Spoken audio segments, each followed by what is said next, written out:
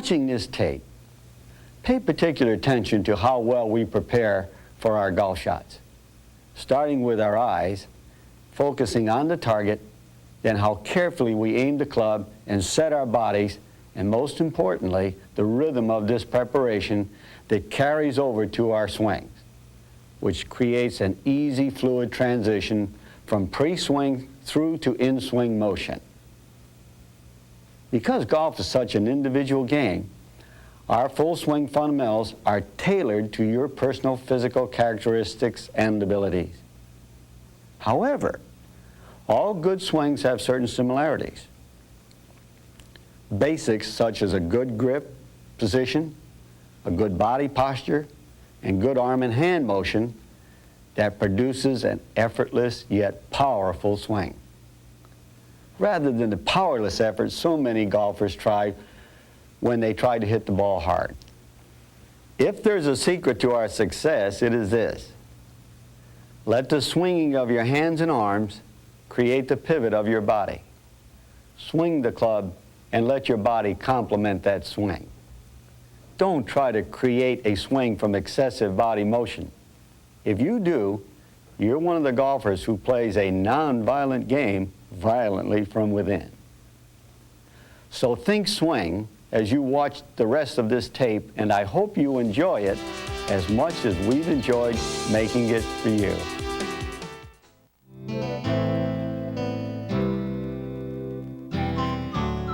The key to becoming a good driver of the golf ball is to learn to coordinate the movements of the feet and legs to the swinging of the hands and arms.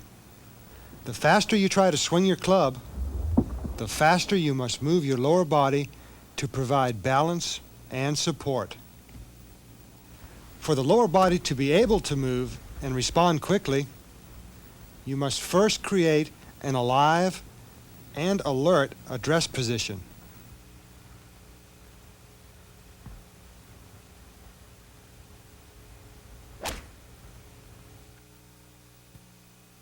Balance is toward the balls of the feet, with 60% of your weight favoring the right leg. The right shoulder is set lower, with the right arm folded in and under the left arm. The feet should be square, or even better, slightly closed to the line of play, and the stance slightly wider than normal. All this is important in allowing us the opportunity to create the proper swing plane. Since distance is our primary objective with the driver, and because the ball is teed up in the air, the angle of approach of the driver through impact should be level to slightly ascending. Thus, the need to swing the club more around the body in the backswing, allowing for an even more inside path to the ball in the forward swing. Above all else with your driver, swing no faster than you have the strength in your hands and arms to control, because proper form must be accompanied by rhythm and balance if you are to be consistent. In summary, to improve your driving,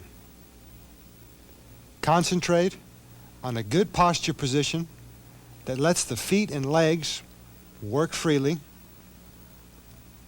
Create a level to ascending blow through impact, and swing at a speed that you can control.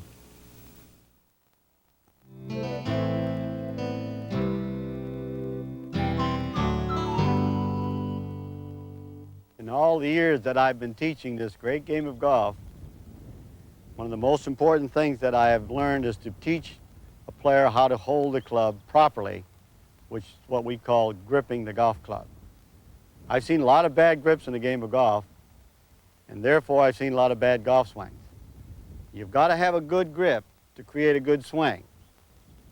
The hands are the first thing to touch this golf club, so they have to hold the club correctly.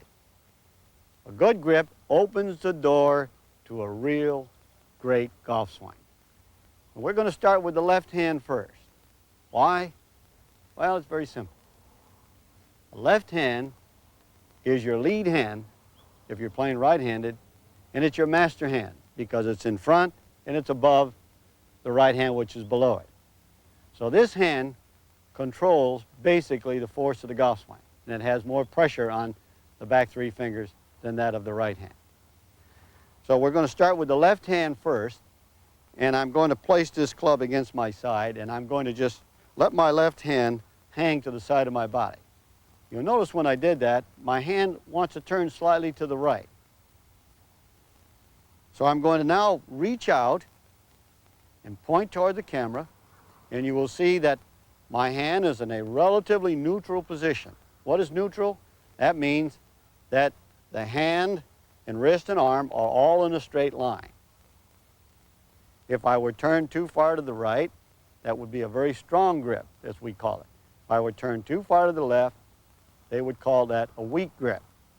So I want you to think of starting from a relatively neutral grip position with your left hand. And when I look down at my hand, I see an arrow on my thumb which points toward my left shoulder. I see 3 dots on my 3 fingers, back 3 fingers here, which is important. If I can't see any of those dots, that means I've turned too far to the right. So these are some key checkpoints that you might want to use when you're starting to get used to holding the club properly and looking at your grip. Now we're going to put the golf club in our hand.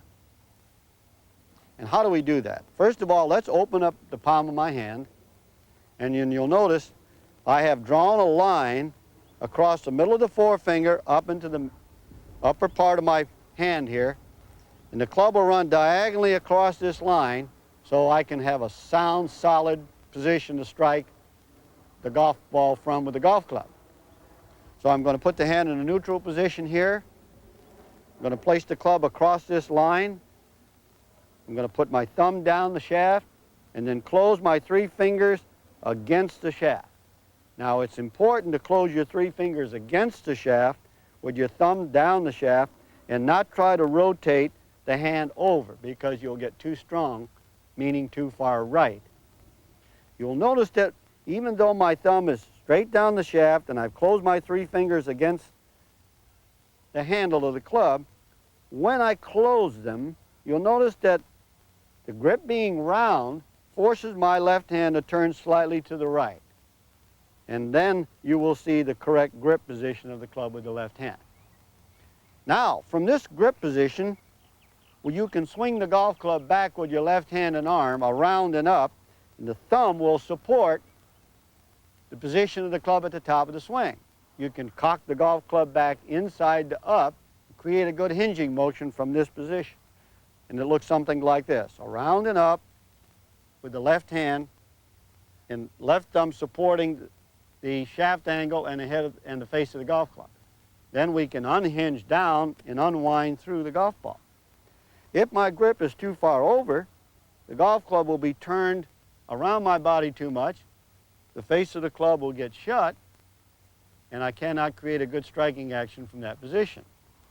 If my grip is too far underneath, the club will go more vertical and the club face will open and I can't hinge properly at the top of my golf swing, and that kind of retards the striking action of the good golf swing. So we want to make sure that the grip looks something like this. Now for the right hand. This hand creates a lot of speed in the golf swing, and the right arm is flexed. In being flexed, the right hand and arm can create a lot of speed down and through the golf ball. But just remember, the left arm and hand have to support the blow of the right arm and hand, regardless of how fast it moves. So I'm going to turn toward this camera on my right, and I'm going to show all of you the importance of letting your right hand rest to the side of your body. You'll notice that it has a tendency to want to turn slightly to my left. As I reach out toward the camera and point toward the camera, I look and see the arrow pointing toward my right shoulder. I keep the hand in a neutral position, thumb just to the side. I close my 3 fingers against my palm of my hand, and I try to join my thumb and forefinger on the golf club. Again, I form almost, or what I would call a neutral grip position. You've got to try to pinch the thumb and forefinger together because that helps to stabilize the club at the top of your backswing. pressure in your two middle fingers, and a little bit of pressure on your your little finger. But these are your grippers, the two middle fingers. These are your feelers, the thumb and forefinger. These are grippers, these are feelers. And the arrow is pointing toward my right shoulder. Now when I swing the golf club with the right hand looking like so, pressure is on the thumb just to the left of the handle. So you don't want the thumb straight down, nor do you want it to the side. You want it to the left side, not the right side. And when I swing the golf club back, I can cock my right wrist around and then up, putting my golf club in a good position to strike a good, strong, accelerated blow down and through the golf ball. And it looks something like this, down and through and around. So the grip, right-hand grip position looks something like this. Cock around and up and strike down and through. So much for the right hand on the golf club. Now we're going to join both hands together on the golf club so that they can work as a unit and support each other in the golf swing. With the correct position of the left hand on the golf club, my right hand reaches toward the left, very soft in the right arm and hand. Don't try to put that hand and arm on real tight.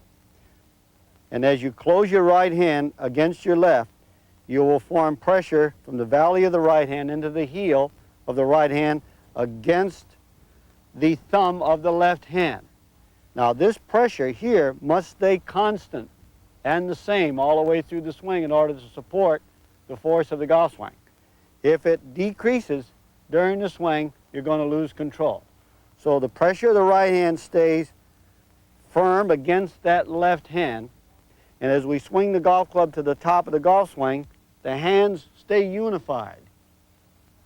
And notice that the valley of the right hand, the thumb and forefinger, support the force of that shaft and golf club at the top, as well as the back three fingers of the left hand and the thumb. So there's your unification of your hand at the top of your golf swing. That pressure must stay constant and the same while we swing the club down and through at the point of impact. Notice the hands are still unified. They must stay that way throughout the entire golf swing if you want to strike the ball with a solid, concise blow. In closing, I would like to say one thing about the golf grip. Most people hold and swing the golf club in a general nature. If you want a precise, controlled golf swing, you must practice holding and then gripping the club in a precise manner in order to create a precise, controlled golf swing. If you do not do that and practice that, you will never achieve the success you want in the full swing. There are three simple ways of striking a golf ball effectively into the target. First, if we want to hit the ball straight, we aim the club and swing the golf club over the center shaft to hit the ball straight to the target. If we want to draw the ball, we aim the golf club to the shaft on the right and draw the ball into the target to the left. If we want to curve the ball from left to right, we aim the club head on the shaft to the left, and we swing left to make the ball fade into the target to the right. Now, to effectively do this, we should start with a medium iron and gradually work back into the long iron and then into the fairway woods and the driver. Now, there are two simple things that we do to curve the golf ball. First, we aim the golf club to the right to curve the ball to the left over this shaft.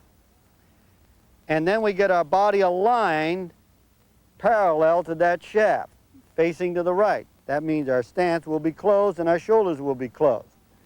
The club face will swing around the body and it'll open, and as it moves into the golf ball, it'll square and then close with the toe passing the heel.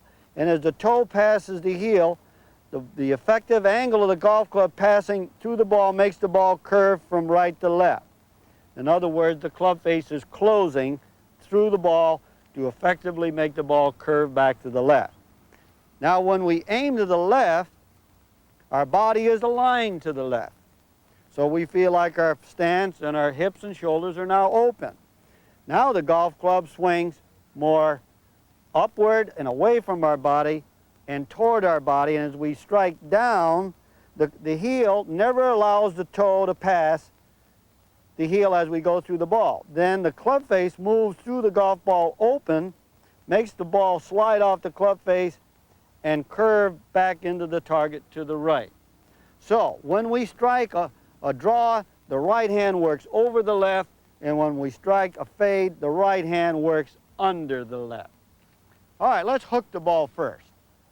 I'll aim over to the right side, over this shaft and golf club with the club face aiming to the right, swing the club inside, turn the club face through the ball with the toe passing the heel, and let's see if we can curve the ball into the target.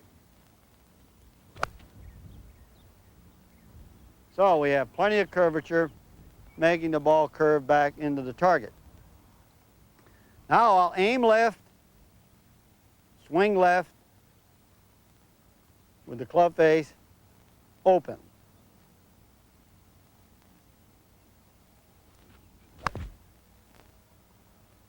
And that curves the ball the opposite way into the target. You're going to practice these shots. I would suggest again that you start with a medium club first and work back into your longer clubs to become effective at making these shots work.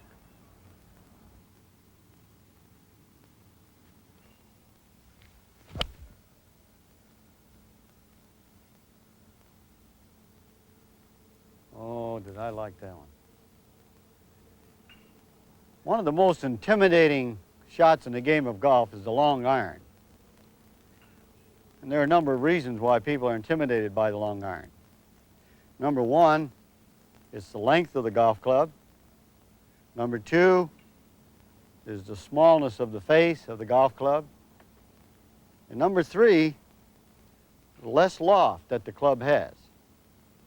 These three factors cause the player to either try to strike the ball too hard, force his body action, and try to help the ball up into the air. I'd like to show you a number of things that will help you to understand how to become a better longer iron player. Number one, try to swing at a tempo and a rate of speed that your arms and hands can control through the use of your feet and legs. I'd also like to, at this time, show you the importance of the lead arm and the role it plays in trying to control the length of this backswing. Now, we know the backswing is going to get longer and faster. What most of us do not realize is now the lead arm has to move from the left side of the body to the right side, around and further up and over the right shoulder.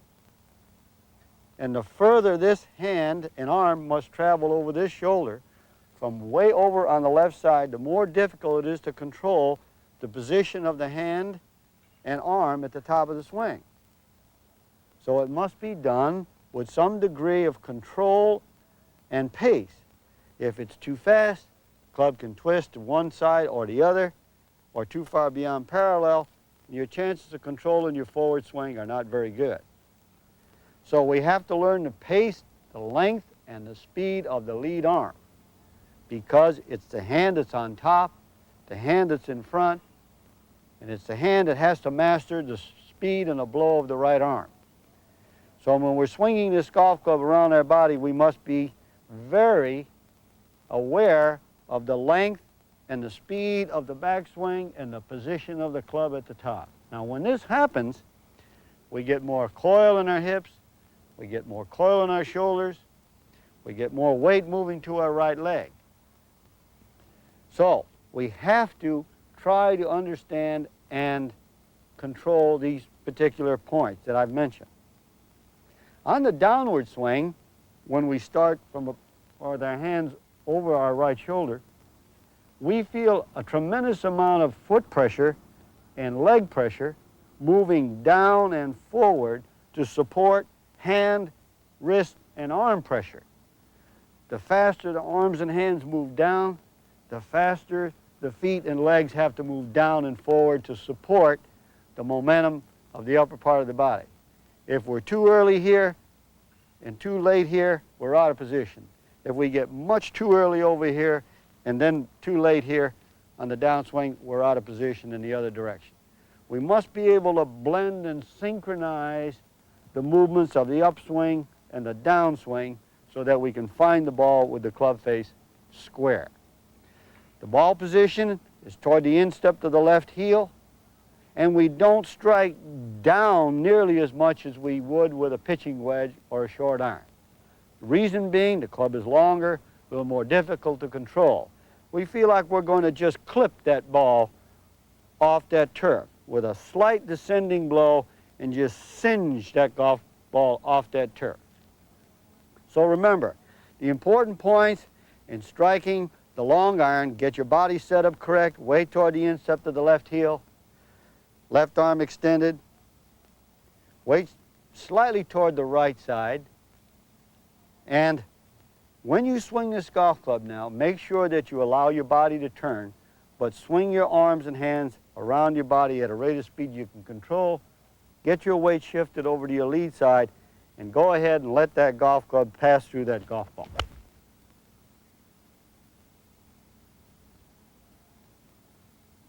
Finish in balance, and your chances of finding the ball down the center of the fairway or on the green are very, very good. And here's the one you've been waiting for, the driver. The club that everybody wants to hit long and straight. But it's a very unforgiving club, so we have to know how to handle our golf swing with this particular club called the driver. And it's very important when you strike this golf ball with a driver to strike the ball with a level to a slightly ascending blow. My friend Jimmy DeMerit once said to me, when he was watching many golfers play, they would have a tendency to strike down, and Jimmy would walk up to him and say, "I'm sorry, but did you have a bad lie?" A lot of people do not realize that you don't have to strike down because the ball is elevated off the ground on a tee. For every 1 degree that you strike down, you lose 10 yards, 2 degrees, 20 yards, and so on. When you strike the ball with a level to an ascending blow, you're going to get your maximum carry and your maximum roll to give you the distance you're looking for. You see, I've placed a tee in front of the ball here, and this tee is well above the ground so that I can strike the ball with a level to an ascending blow. And you should practice trying to strike the ball off the tee and leave both tees in the ground. Let's see if this can be accomplished. Taking my stance in the ball position, and when I dress position correct, the ball off the instep to my left heel, weight slightly toward my right side. I'm going to allow my body to coil, get my weight over to my right leg, shift back to my left side, and accelerate level to up, and then around.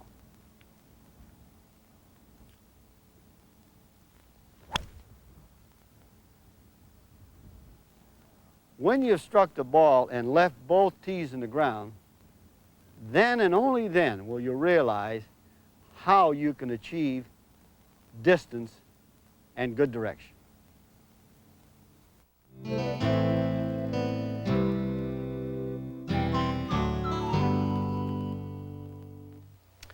If you are tall, in the neighborhood of 6'2" or so, and your swing will accommodate your body and probably be a little more vertical. To accommodate that swing shape, your ball position may be slightly more forward than some other folks.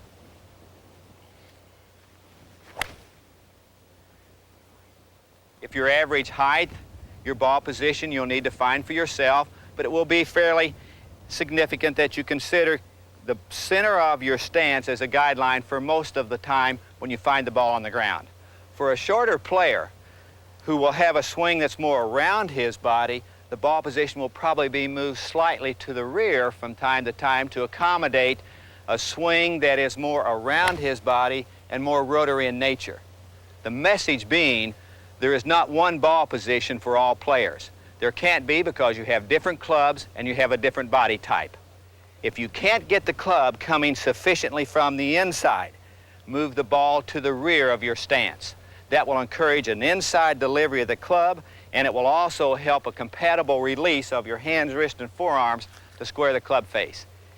If you have a swing with dramatic weight shift, then your tendency may be to put the ball forward in your stance. But if you don't have a tour-like motion with your feet and legs to move your sternum up to the golf ball, please don't try to put the ball in the position a tour player is playing from. You don't have the weight shift to accommodate that ball position. Don't take for granted your ball position. It dramatically affects your in-swing fundamentals and your ball flight. We have some good drills to help you with your balance. A couple of them look like this. The first one is right foot and leg by itself. You address your golf ball standing on your right foot and leg. You let your hands and arms swing around your body. After you've hit it, you're just very gracefully standing there watching the ball travel down the fairway. That felt awful good to me. And the reason it did is because I wasn't losing my balance. This wasn't dominating, that wasn't dominating. The whole golf swing was moving in a synchronized manner. Here's another very good drill. Left foot and leg by itself. Now, I've lost probably 30 or 40 yards of distance using this drill, but I think it'll help you gain distance because I know it'll help your balance. Now, there's some different drills that we use to utilize the middle of the face, and I'd like to demonstrate those at this time. To do the gate drill, you first of all need some golf balls, a couple of tees, and a golf club. The objective here is to swing the golf club between two tees. First thing we do is put the club head down on the ground and put a tee a ½ an inch to the outside of the toe of the club. Then put the next tee a ½ an inch from the inside of the heel. So now we have two tees that are spaced a little bit wider than the width of your golf club. You assume your normal setup. You can do this either with the wood or an iron. You start with a small motion at a soft speed, swinging the club through the gate, trying not to hit either tee. Now, as you become more confident with this, you increase the speed and the size of the motion, looking like this. As you swing through the gate, make sure that your golf club is brushing the top of the grass. Try to make it as natural as possible, where you don't become real contrived. And then when you put a ball there, between the two tees that are already on the ground, it becomes much easier to hit that golf ball because you have prepared yourself to swing within a much smaller area, more confined, for better club ball contact.